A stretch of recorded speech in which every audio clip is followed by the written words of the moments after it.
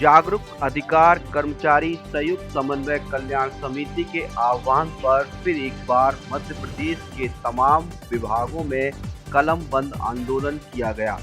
5 लाख कर्मचारी अधिकारियों ने अपनी ही कर्मस्थली पर अपनी उपस्थिति तो दर्ज कराई, लेकिन कलम नहीं चलाई।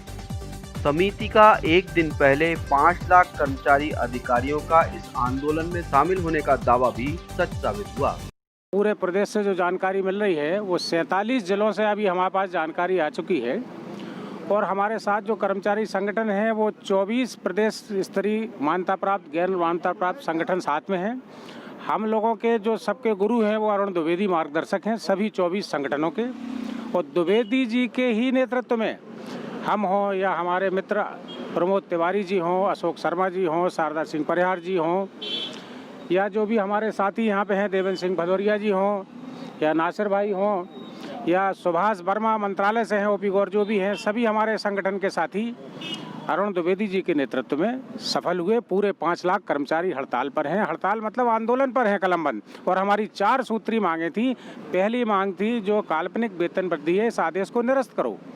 दूसरी मांग थी कि हमारा जो 5% ये कांग्रेस सरकार दे गई थी उसको बहाल करो। तीसरा हमारा था 7वें वेतनमान की अंतिम किस्त हमें दो, और चौथा था नए पदोन्नति नियम बनाकर और पदोन्नति आदेश जारी करो।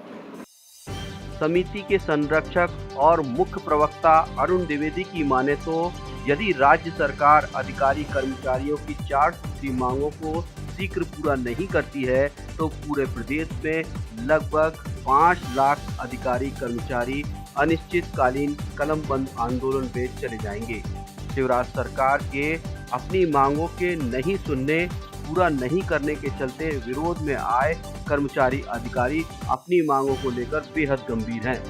24 संगठन की इस जुगलबंदी ने राज्य सरकार के 56 विभागों में कामकाज को प्रभावित कर दिया। बिल्कुल कलम जो है पूरी लोग बाग अपने जेब के अंदर रखे हुए पॉकेट। बहुत सारे हमारे कर्मचारी आज आप 10 बजे से हमने देखा है यहाँ पे कलम ही नहीं लाए। आज तो उन्होंने बताया कि देख लीजिए हमारे पास तो कलम है, पर हमने बहुत सारे हमारे कर्मचारी बंधु सतपुड़ा विंध्याचल में यहाँ पे कलम ही नहीं लाए। ऐसे में देखना होगा कि उपचुनाव के परिणाम सरकार के लिए कितने लाभदायक रहेंगे, या फिर एक बार फिर अधिकारी कर्मचारियों के परिजन मिलकर सरकार को गिराने में अपना महत्वपूर्ण योगदान देंगे। चुनाव में करोड़ों की घोषणाएं हो रही हैं, ये पैसा कहां से आ रहा है? कर्मचारियों के लिए थोड़ा सा पैसा देना, मतलब आप चुनाव जीतना चाहते हैं, सरकार चल रही थी, हम किसी पार्टी विशेष की बात नहीं करेंगे, जब पैसा बर्बाद कहां से होगा? आप घोषणाओं पे घोषणा करते जा रहे हैं। कर्मचारी कितने हम कह रहे क्लास 4 को आप दे दीजिए, क्लास 3 को दे दीजिए, क्लास 2 क्लास 1 को अभी मत दीजिए, बस केवल डिक्लेयर कर दीजिए, आप बाद में जनवरी से दे दीजिए। पर कम से कम आप ये देखिए प्रदेश में गरीबी कितनी बढ़ती जा रही है, कोरोना में क्या हालत है, कर्मचारी अस्पताल में जा रहा है, उससे प्रॉपर इलाज नहीं मिल पा रहा है, दिन प्रतिदिन ये समस्याएं तो बढ़ती जा रही हैं। सब पूरी मशीनरी जो है सरकार, शासन, प्रशासन चुनाव में लगा हुआ है, उसे अभी किसी को ये नहीं कि कर्मचारियों को बुला ले, हम भी उनके एक अंग हैं। लायन न्यूज के लिए केवल कृष्ण त्रिपाठी, भोपाल, मध्य प्रदेश। मध्य प्रदेश की राजधानी में लगातार पेड़ों का काटा जाना अब आम बात हो गई है। रातों रात बरसों से लगे पेड़ चंद मुनाफाखोरी के चलते फिजा बिगाड़ रहे हैं।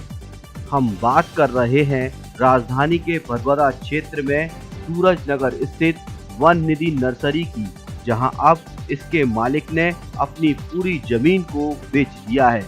नए जमींदार ने आते ही इसका नाम परिवर्तन कर वन निधि परिषद कर दिया है। प्लाटिंग करना शुरू कर दी है। यहाँ वन निधि परिषद के नाम पर फर्जीवाड़ा ऐसा है कि ब्रोशर पर ना तो किसी का संपर्क नंबर है और ना ही किसी का नाम।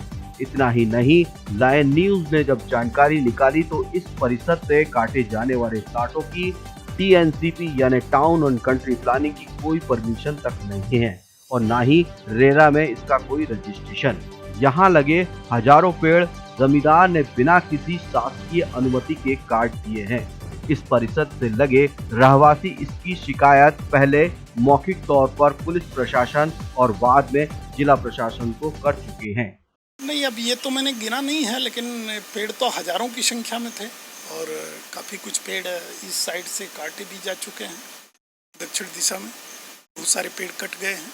अभी कुछ दिन पहले से ये कार्यवाही यहाँ शुरू हुई। मेरे को भी सुनने में आया कि वो ज़मीन लोगों ने बेच दिया। तो जो लोग लिए हैं, और उसका एक मेरे समक्ष भी ब्रोशर दिख रहा था कि उसमें बहुत छोटे छोटे प्लाट काट करके बेचे जा रहे हैं। मैंने संबंधित जो नगर निगम के प्रभारी हैं उनको भी अवगत करा दिया था, और भी मतलब जो एजेंसी इससे रिलेटेड होगी मैंने उनको अवगत कराया है। आप लोग इसको बाकी देख ही रहे हैं क्या हो रहा है।